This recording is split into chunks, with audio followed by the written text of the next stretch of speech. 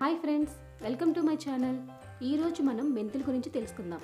మెంతుల గురించి తెలియని వారు ఉండరు. ప్రతి వంటగదిలో తప్పకుండా ఉండే వస్తువు ఇది. ఈ మెంతులతో కూర వండుకొని తినచ్చు. ఇది ఒంటికి బాగా చలవ చేస్తుంది.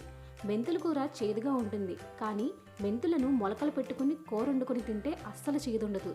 చాలా రుచిగా ఉంటుంది. మళ్ళీ మళ్ళీ తినాలనిపిస్తుంది. అంత టేస్టీగా ఉంటుందండి. ఇక్కడ నేను 1 కప్ మెంతులను తీసుకున్నా. వీటిని బాగా శుభ్రం చేసి నీటితో కడుక్కొని ఒక రాత్రంతా నీటిలో నానబెట్టాలి. మరుసటి రోజు ఉదయం నీటిని వడపోసి ఒక క్లాత్లో వేసుకుని గట్టిగా మూట కట్టి ఒక గిన్నెలో పెట్టుకోవాలి. ఒక 24 అవర్స్ అలా ఉంచుకోవాలి. ఒక రోజు తర్వాత క్లాత్ని ఓపెన్ చేసి చూసుకోవాలి. చూసారా ఎలా మొలకలు వచ్చాయో? ఇందులో ఫైబర్ సమృద్ధిగా ఉంటుంది. Vitamin C, vitamin B1, vitamin B2, calcium కూడా ఉంటాయి. అంతేకాకుండా యాంటీ ఆక్సిడెంట్స్, యాంటీ ఇన్ఫ్లమేటరీ లక్షణాలు కూడా పుష్కలంగా ఉంటాయి. ఈ మెంతులలో ఔషధ గుణాలు ఎన్నో ఉన్నాయి.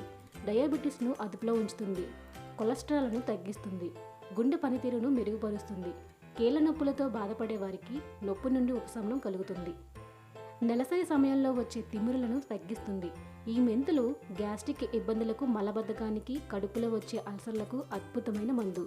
జీర్ణశక్తిని మెరుగుపరుస్తుంది, క్యాన్సర్ని నివారిస్తుంది, పాలిచ్చే తల్లులలో పాల సామర్థ్యాన్ని పెంచుతుంది, బరువు తగ్గించడానికి సహాయపడుతుంది, రక్తపోటును అదుపులో ఉంచుతుంది, కిడ్నీల పనితీరును మెరుగుపరుస్తుంది. ఈ మెంతులు మద్యపానం వల్ల వచ్చే నష్టాలను కూడా కొంతవరకు తగ్గించగలదు మరియు యాంటీ ఏజింగ్ ఏజెంట్గా పనిచేస్తాయి. చర్మంపై మొటిమలను తగ్గిస్తాయి, జుట్టు ఊడటాన్ని తగ్గించి చుండ్రును నివారిస్తుంది. చూసారుగా మెంతుల యొక్క ఉపయోగాలు. అయితే మరి మీరు కూడా మెంతులను మీ ఆహారంలో భాగంగా చేసుకోండి. ఇప్పుడు ఈ మొలకెత్తిన మెంతులతో పులుసు ఎలా చేయాలో చూద్దాం. దీనికి కావాల్సిన పదార్థాలు: చిన్న చిన్న ముక్కలుగా కట్ చేసుకున్న ఉల్లిపాయలు, టమాటీలు, కరివేపాకు, ఎండుమిరపకాయలు, పచ్చిమిర్చి, నానబెట్టుకున్న చింతపండు, అల్లం వెల్లుల్లి పేస్ట్. ఇప్పుడు స్టవ్ ఆన్ చేసి ప్యాన్ పెట్టుకుని 4 టేబుల్ స్పూన్ ఆయిల్ వేసుకోవాలి. ఆయిల్ వేడెక్కిన తర్వాత పోపు సామాన్లు వేసి వేయించుకోవాలి.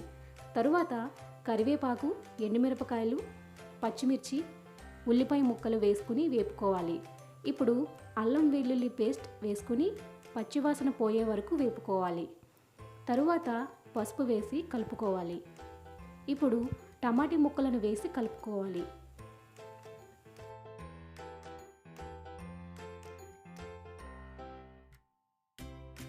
వన్ టేబుల్ స్పూన్ కారం, 1 టేబుల్ స్పూన్ ధనియాల పొడి, 1/2 టేబుల్ స్పూన్ జీలకర్ర పొడిని వేసి బాగా కలుపుకోవాలి. ఇంకా మూత పెట్టుకుని చిన్న మంట మీద టమాటీ ముక్కలను బాగా మగ్గనివ్వాలి. 10 నిమిషాల తర్వాత మూత తీసి కలుపుకోవాలి. టమాటీ ముక్కలు కూడా బాగా మగ్గాయి. ఇంకా మొలకెత్తిన మెంతులను వేసి ఒకసారి బాగా కలుపుకుని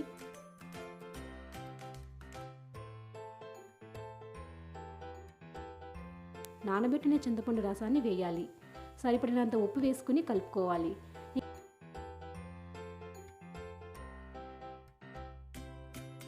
ఇంకా మూత పెట్టి ఒక 15 నిమిషాలు పెద్ద మంట మీద ఉడికించాలి.